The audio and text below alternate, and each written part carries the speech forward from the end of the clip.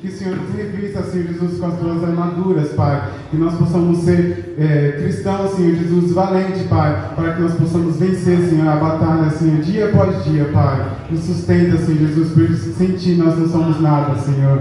Fala conosco, Pai, poderosamente, através da Tua palavra, Senhor, pregada aqui pelo nosso pastor. Que nossos corações, Pai, possam estar abertos para receber, Senhor Jesus, de Ti.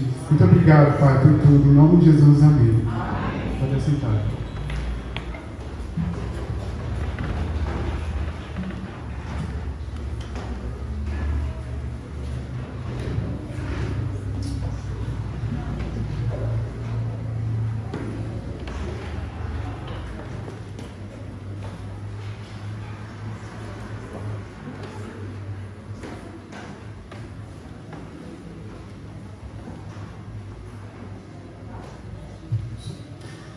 Eu quero saudar você, meu amigo, meu irmão, juntamente com a igreja, com a graça e a paz do Senhor Jesus. Amém? Amém. Mais uma vez é um prazer a gente estar junto, dizendo: eu escolho Deus.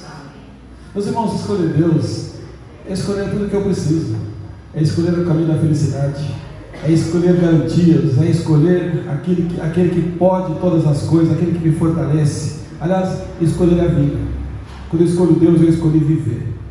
Vida está em Cristo Jesus. Quero pensar juntamente com os irmãos sobre uma palavra chamada fortalezas. Abra sua Bíblia em 2 Coríntios. Apóstolo Paulo escrevendo a sua segunda carta à igreja de Corinto, no capítulo 10, versículo 3. Segunda carta que Paulo escreveu à igreja de Corinto, capítulo 10, versículo 3, ele diz assim: porque, embora andando na carne, não militamos segundo a carne, porque as armas da nossa milícia não são carnais, e sim poderosas em Deus, para destruir sofismas, anulando nós sofismas. O versículo 5 diz: e toda altivez que se levante contra o conhecimento de Deus, e levando cativo todo o pensamento à obediência de Cristo. Até aí tá bom. Feche seus olhos e diga: Deus, fala comigo. E Ele vai falar com você.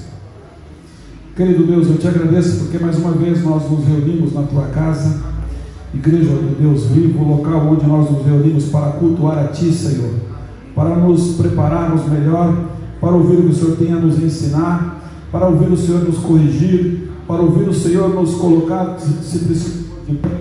Ó Deus, com que a todo instante, ó Deus, nós nos tornamos bem moldados pelo Teu Espírito Santo. Fala conosco, Senhor, dirige-nos e guia-nos no nome de Jesus. Amém. Meus irmãos, fortaleza, o que significa fortaleza? Fortaleza é uma construção feita para defender um lugar de ataques inimigos. Lá em 2 Samuel é o que significa, também em Atos. Também Salmo significa uma proteção. Salmo 31:3 diz que ela é uma proteção, mas especificamente nesse texto de 2 Coríntios capítulo 10, versículo 4, é uma figura de ideias falsas, onde eu penso que eu tenho uma fortaleza que eu não tenho, onde eu construo fortalezas dentro de mim e não em Cristo. Interessante que fortalezas, elas protegem contra os inimigos, ok? Mas também, meus irmãos, podem ser prisões, ou no mínimo abrigos tão confortáveis que mesmo não havendo perigo, a pessoa não deseja sair dela para conhecer novas terras e novas pessoas. Às vezes a gente se prende dentro de nós mesmos. Esse é um tipo de fortaleza. E quando o Senhor fala aqui sobre sofisma, Ele está falando um argumento que parece ser correto, mas que na verdade é enganoso e leva ao erro.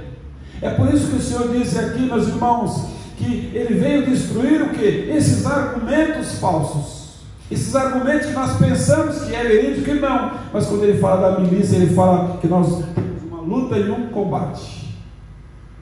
Então nós precisamos dessa fortaleza que é Jesus.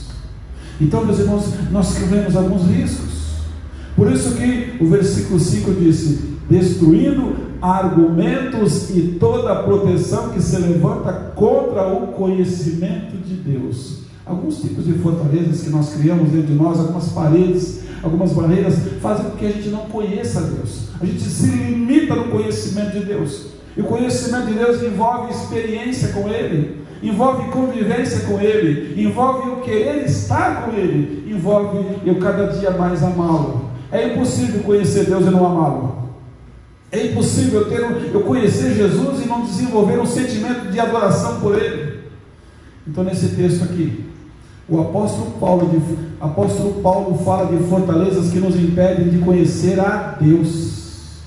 E a gente começa a levantar na nossa mente alguns tipos de fortalezas que impedem a gente de conhecer Deus.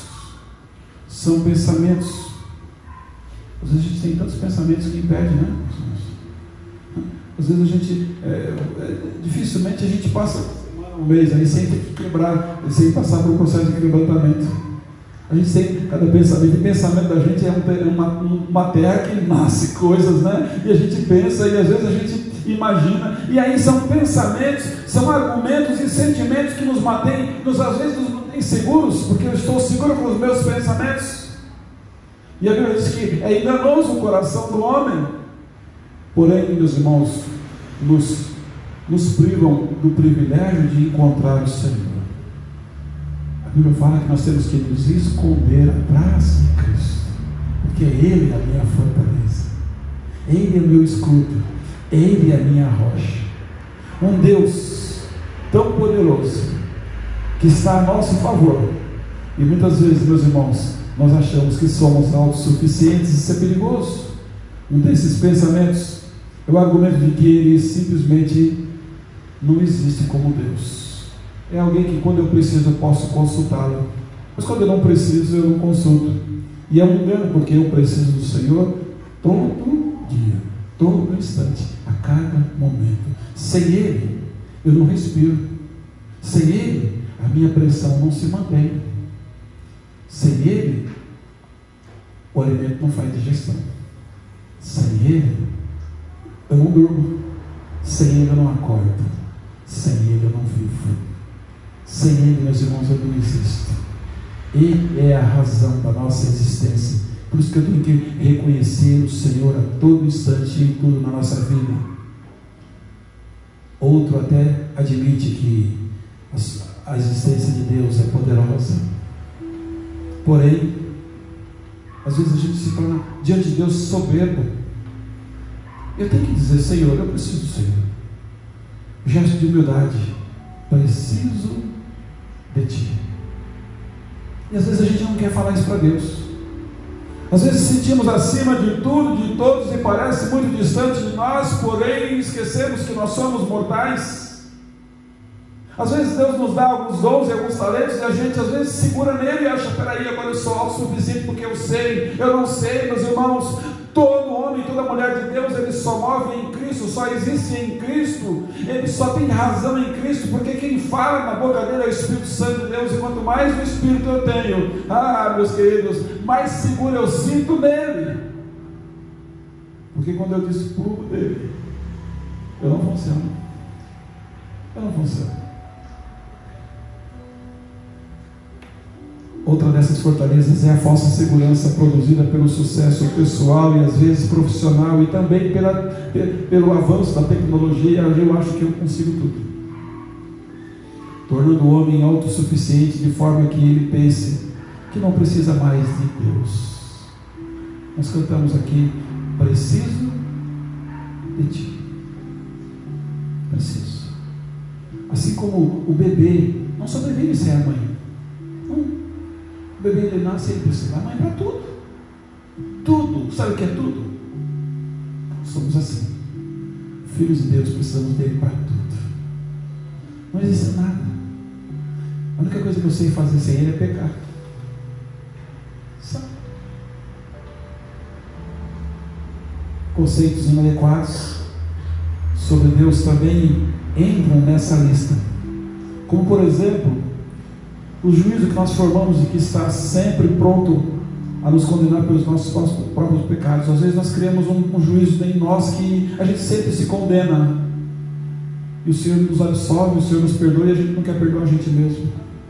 Por isso o Senhor disse: aquele que está em Cristo, nova criatura. As coisas velhas, o Senhor te perdoou, você está perdoado. acabou. Levante a cabeça e caminhe como um homem, como uma mulher perdoado pelo Senhor. Você agora é um crente novo, um homem novo, uma nova mulher vivendo um novo tempo, porque a novidade de vida já te alcançou. Ah, meus queridos, desde o livro de Gênesis, o primeiro livro da Bíblia, Deus se revela buscando ter um relacionamento de amor com seus filhos. Expressão de amor do pai com o filho é grande. Você vê como é que os nossos pais nos amam? Imagina o celeste, aquele que vai nos conduzir, meus irmãos, por uma eternidade inteira. Assim foi Abraão, assim foi Jacó, José, Moisés, Davi e muitos outros. Conheceram Deus como alguém com quem podiam contar e caminhavam com Ele. Então eu quero caminhar com o Senhor, porque eu preciso caminhar com Ele. Sem Ele, meus irmãos, eu me perco, porque Jesus, Ele é o caminho, Ele é a verdade, Ele é a vida. Quem tem Jesus está no caminho certo. Qual é o final desse caminho, queridos? É os céus. E nós estamos caminhando para o céu. Quando você caminha para um lugar, você vai cantando.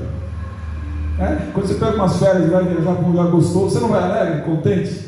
Todo mundo feliz, porque está indo para um lugar excelente. Assim a igreja está caminhando para o céu, alegre, contente, feliz, porque estamos para um lugar infinitamente melhor, como o apóstolo Paulo diz. No Novo Testamento, Jesus Cristo, o Filho de Deus, Ele veio à terra e escolheu homens para estar com Ele. Sabe para fazer o que, meus irmãos? Marcos capítulo 3, versículo 14 diz o seguinte: então designou 12 para estarem com Ele. Para estar com Ele. Jesus sabia que ele ia passar uns 3 anos e pouco por aqui. Então eu quero esses homens junto comigo. Enquanto eles estão comigo, eles vão fazendo o quê? Aprendendo. Estarem com Ele e para os enviar a pregar. Primeiro esteve com Ele, depois o Senhor os enviou, em versículo 15, a exercerem autoridade e expelir demônios, e os 12 designou aqueles homens que estão na lista, do versículo 16 ao 18, e a Bíblia diz que eles caminharam com o Senhor, porque eles estiveram com o Senhor. Quem está com Ele, queridos? A fortaleza sua é o Senhor. Por isso Ele disse: eu tudo posso naquele que me fortalece. Fortaleza. Às vezes a gente olha, a criança olha para o pai e diz assim: meu pai é uma rocha. E o pai olha para a criança e fala: a rocha é o Senhor. Você está entendendo que aquele pai é um referencial de rocha para o filho, e Deus é um referencial de rocha para os seus filhos, para a humanidade, para a raça humana.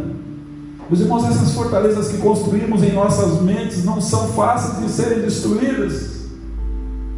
E o próprio texto bíblico diz que as armas que precisamos usar são armas espirituais. São armas espirituais. Somente quando nos aproximamos de Deus por meio de Jesus Cristo, da oração, do estudo da palavra, da orientação do Espírito Santo, somente quando nós nos aproximamos desse viés, essas fortalezas caem, de forma que nós podemos desfrutar desse maravilhoso relacionamento com Deus. Porque a Bíblia diz que quando eu penso que eu estou fraco, eu estou forte, mas quando eu penso que eu estou forte, eu estou fraco. Porque quando eu penso que estou fraco, eu corro para aquele que pode me fortalecer, aquele que me segura. Mas quando eu penso que eu estou forte, eu caio no erro de eu ser forte. Mas o forte não sou eu, o forte é Ele. Sabia que você tem um amigo que tem um domínio sobre a morte? Você já viu alguém que tem domínio sobre a morte? O nosso Deus tem. A morte não prendeu Jesus lá no túmulo. Tem poder sobre a natureza, Ele caminha e comeu sobre as águas. Ressuscitou homens, ressuscitou Lázaro.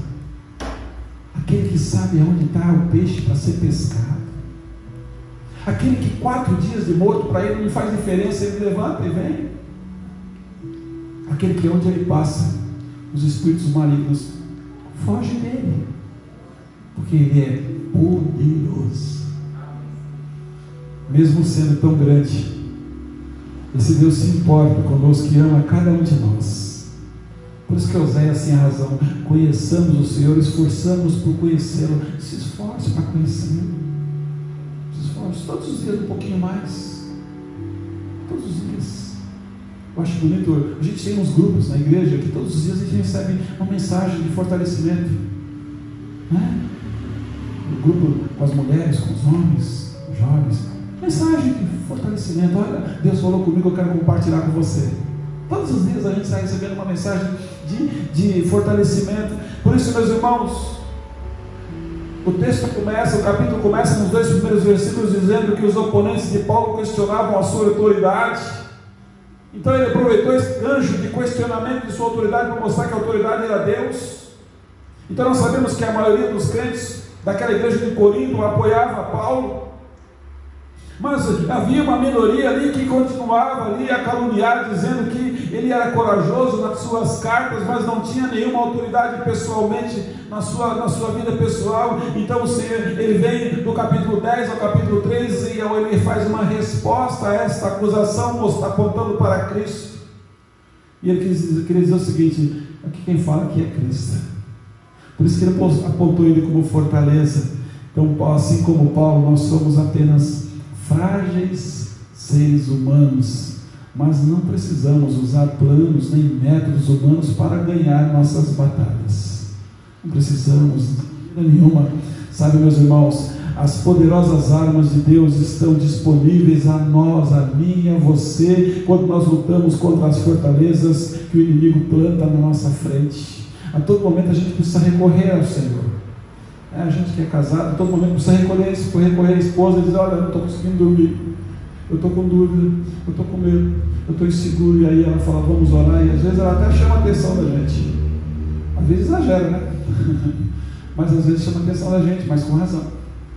E a gente vai falar: peraí. Ela só diz: olha aí, o seu Deus está aqui cuidando de você. Toda hora a gente está tendo, né? Toda hora a gente. E aí o Senhor disse: peraí, eu vou te fortalecer, eu vou te manter de pé, eu estou aí, sabe, sou eu. Os irmãos, as armas de Deus estão disponíveis quando nós lutamos, e continue usando essas armas. Por isso que o cristão deve escolher qual é o método que ele tem que usar, qual é o método que ele vai usar. O método é simples, o de Deus, não o do mundo. As do mundo mata, fere, destrói. As de Deus não, ressuscita, constrói, põe de pé. Sabe por quê? Porque as de Deus transformam a gente em novo. Uma palavra chamada restauração. Deus quer restaurar nossa vida, queridos. Às vezes a gente cai e o Senhor nos restaura e a gente fica melhor do que estava. Puxa, eu não achei que eu ia ficar bem, eu fiquei. Olha o que Deus está fazendo na nossa vida. Olha o que Deus está fazendo, queridos, na nossa casa, cuidando da gente.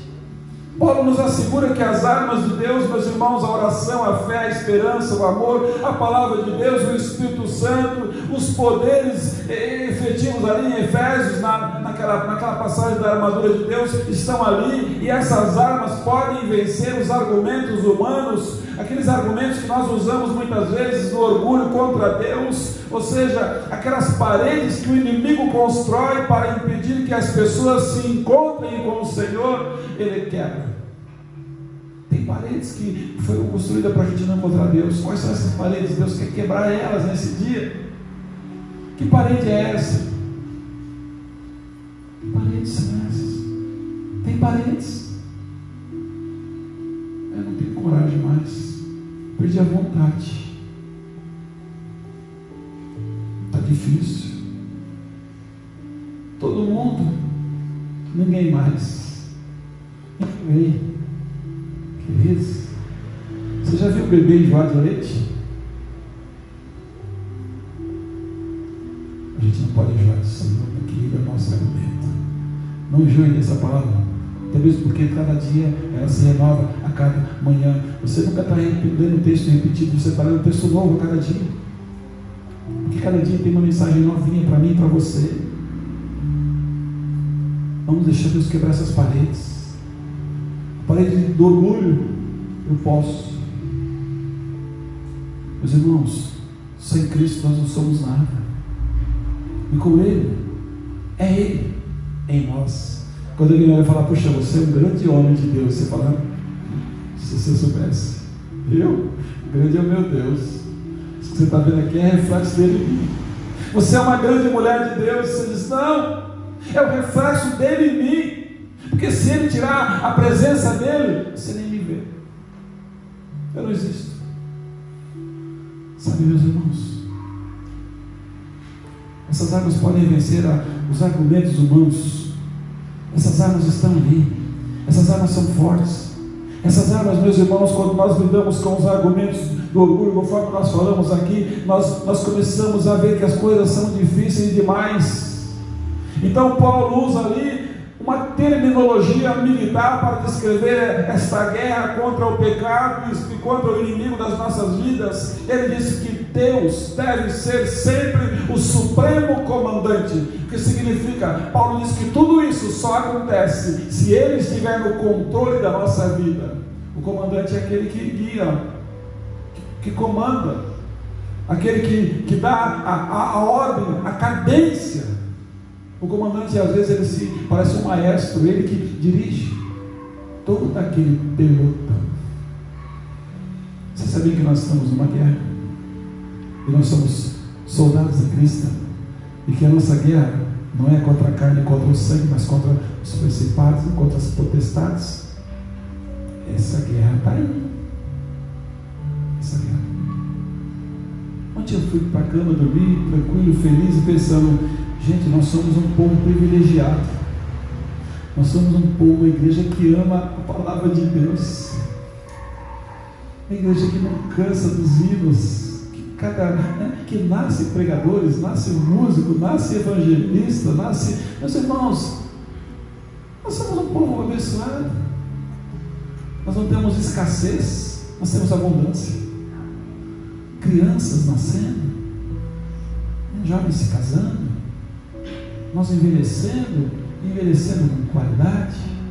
Probleminha aqui, outro acolá, mas o Senhor sanando, e cada dia a gente dizendo obrigado por esse dia, e obrigado por esse dia, obrigado por esse dia. A gente já chega nos 60, 70, 80, 90 anos, e Deus vai conduzindo o seu povo. Vocês perceberam que a gente tem tudo para ser um povo mais feliz na face da terra, um povo radiante, um povo forte, destemido? Os irmãos, aqueles que se opunham a Paulo retratavam-se como fraco e retratavam ele como fraco e imponente. E muitas vezes viam Paulo como alguém impotente, mas Paulo não estava preocupado nele, não. O apóstolo lembrou aos coríntios que ele recebeu a autoridade do Senhor, e os falsos ensinamentos estavam ali encorajando os crentes a ignorá-lo, mas não tinha problema, não. O apóstolo explicou que os conselhos contidos das suas cartas deveriam ser acatados com seriedade, porque ele estava falando de um Deus sério, de um estilo de vida celestial, de uma nova vida, de uma nova proposta que Deus tinha para aquele povo. Então ele quis dizer o seguinte: aquele povo não podia ignorar, porque era sério o que ele estava falando. Por isso que eu digo para você no final dessa mensagem: a palavra de Deus é séria, porque Ele está tratando da sua vida, Ele está tratando do seu destino eterno, Ele está tratando da sua felicidade plena enquanto aqui você estiver vivendo. Por isso, meus irmãos, o apóstolo explicou esses conselhos aqui. Paulo tinha autoridade porque ele e os seus companheiros foram os primeiros a levantar as boas novas à igreja de Corinto. Capítulo 10, no versículo 14, ele diz o seguinte: porque não ultrapassamos os nossos limites, como se não devêssemos chegar a vós, posto que já chegamos até vós com o Evangelho de Cristo. Eu só cheguei até aqui, igreja, Paulo falando para aquela igreja, por causa do Evangelho de Cristo. Quem avança é o Evangelho. Quanto mais o Evangelho for anunciado, mais a igreja vai avançando, e avançando, e avançando, e ganhando uma pessoa aqui, ganhando uma família ali, ganhando uma rua, ganhando um bairro, ganhando uma cidade. É assim que o Evangelho tem que ser, meus irmãos, vivido e anunciado. Dê essa importância. Paulo disse: olha, nós só chegamos aqui por causa do Evangelho, que nós não gloriamos, não nos gloriamos na medida do trabalho, não. Esse trabalho é de Cristo, é por Cristo. Todos sabiam que por causa desse serviço, a sua fé havia o que? Edificada. Deus quer fortalecer cada vez mais você. Deus quer fortalecer você. Mensagem do Senhor é para nos colocar de pé. E não esqueça, meus queridos, Ele é a fortaleza. Compartilhar o Evangelho é algo que eu preciso. Compartilhar algo bom. Às vezes a gente descobre uma receita nova e a gente joga. Eu quero que todo mundo conheça. Acabei de descobrir uma receita nova, seja de um bolo, de um alimento. Acabei de descobrir um remédio novo. E a gente gosta de fazer aquilo que foi bom para a gente já compartilha. A gente faz isso que é bom. E o Senhor está dizendo a todo instante: ei, aceita Jesus Cristo, que é excelente. Deixa Ele morar na sua vida, deixa Ele a sua garantia, que está dando certo para mim, está dando certo para o povo de Deus, para a igreja. Você que ainda não faz parte do corpo de Cristo, venha, venha para um lugar de segurança.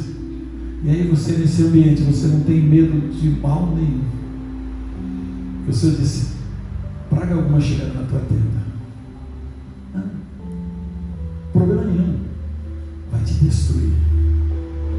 E cada vez que você se sentir fraco, fica tranquilo, que vou te tornar você mais forte ainda, porque a fortaleza sou eu.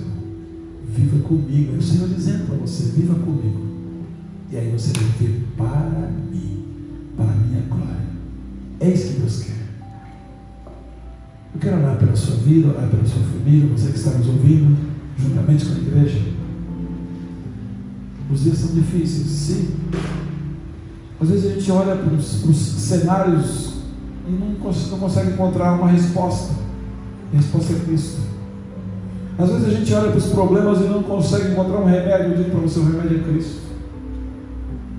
Porque tudo foi feito por Ele, para Ele. Tudo está em suas mãos. Ele é o poder, Ele é o domínio. A Ele está toda a autoridade, inclusive sobre as nossas dificuldades. Deus querido, poderoso Pai, amado nos céus e na terra,